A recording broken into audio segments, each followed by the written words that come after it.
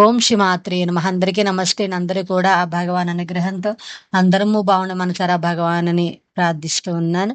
ఈ రోజున సౌందర్య లహరిలోని 13, 14 శ్లోకాలకి వివరణ అయితే మనం విందాం. కంచి పరమాచార్య స్వామివారు ఏ విధంగా చెప్పి ఉన్నారు అనేటువంటి విషయాలన్నీ కూడా ఈ రోజే మనము విందాము. ముందుగా 13, 14 శ్లోకాలైతే విందాం.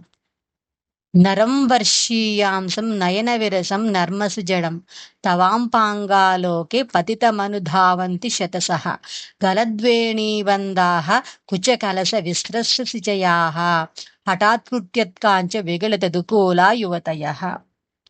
తల్లి, నీ క్రీగంటి చూపబడిన మానవుడు అతడు కురుపైన ముదిసలైన సరసమినుగను వాడైన యువతులు మహామోహముతో కొప్పులు విడిపోగా పైట చెంగులు జారిపోగా గజ్జల మలనూళ్లు తెగిపోవగా వలువలూడిపోవగా అతని వెంటబడతారు. ఈ 13వ శ్లోకానికి మనము అర్థం విన్నాం కదా. అయితే ఈ మహాస్వామివారి శ్లోకానికి వ్యాఖ్యానం అయితే చేయలేదన్నమాట. అయితే మనం 14వ శ్లోకం అయితే విందాము. ఇతో షట్పంచాశద్విసమధిక పంచాశదుదకే హుతాశే ద్వాషష్టి చతురధిక పంచాశదనిలే దివి ద్విషష్టింశన్ మనసు చతుష్టరితియే మయూఖాస్తేషామప్యుపరి తవ పాదాంబుజయుగం. మూలాధారము పృథ్వీ తత్వముతో కూడినది. అందు కాంతి కిరణములు 56, మణిపూరకము జలతత్వములతో కూడినది. అందు కాంతి కిరణములు 72, స్వాదిష్టానము అగ్నితత్వాత్మకము.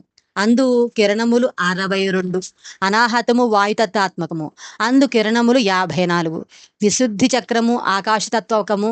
అందలి మయూఖములు 72, మనస్తత్వాత్మకముగు ఆజ్ఞాచక్రమందు కిరణములు 64. అమ్మా, నీ పదపద్మయుగళము ఈ కాంతులన్నింటిపైన ఉన్నది. యోగశాస్త్రంలోనికి లోతుగా వెళ్ళనని ముందే చెప్పిన మహాస్వామి వారు ఈ శ్లోకము పైన పూర్తి వ్యాఖ్యానం చేయలేదు. అయితే అంబికను కాలరూపిణిగా ఒక విలక్షణమైన వ్యాఖ్యానం చేస్తూ ఉన్నారు. ఈ శ్లోకంలో అంబిక కాలస్వరూపిణిగా అభివర్ణింపబడింది. క్షితో షట్పంచాశద్విసమధిక క్షితో షట్పంచాశద్విసమధిక పంచాశదుదకే. సంవత్సరం అనుకున్న 360 రోజులు 6 ఋతులుగా ఉన్నాయి. కుండలి నుండి బహిర్గతమవుతున్న 360 కిరణములుగా ఈ 360 రోజులు చెప్పబడినాయి. ఒక్కొక్క చక్రము ఒక ఋతువును చెప్పబడుతుంది. ఆ సంవత్సరంలో ఎన్ని దినాలు ఉంటాయో ఆ చక్రము ఉన్న కిరణములు సూచిస్తూ ఉన్నాయి. క్షితో షట్పంచాశత్ భూమికి ప్రాతినిధ్యం వహించే మూలాధార చక్రంలో 56 దినములు వసంత ఋతులుగా ఉన్నది. ఆ రకంగా ప్రతి చక్రము దినములు దానికి సంబంధించిన ఋతువు ఈ శ్లోకంలో చెప్పబడింది. అంబిక తాను వివిధ ఋతువుల్లో కాలంగా కుంచుకుని కాలంగా అభివ్యక్తీకరించుకుంటోంది. నిజానికి ఆమె కాలాతీతురాలు. కాలాతీత స్థితిలో 6 చక్రములకు ఉన్నతమైన సహస్రార చక్రంలో వసిస్తుంది. ఆమె పాదపద్ములు గురుపద పదములు వలె ప్రకాశిస్తాయి.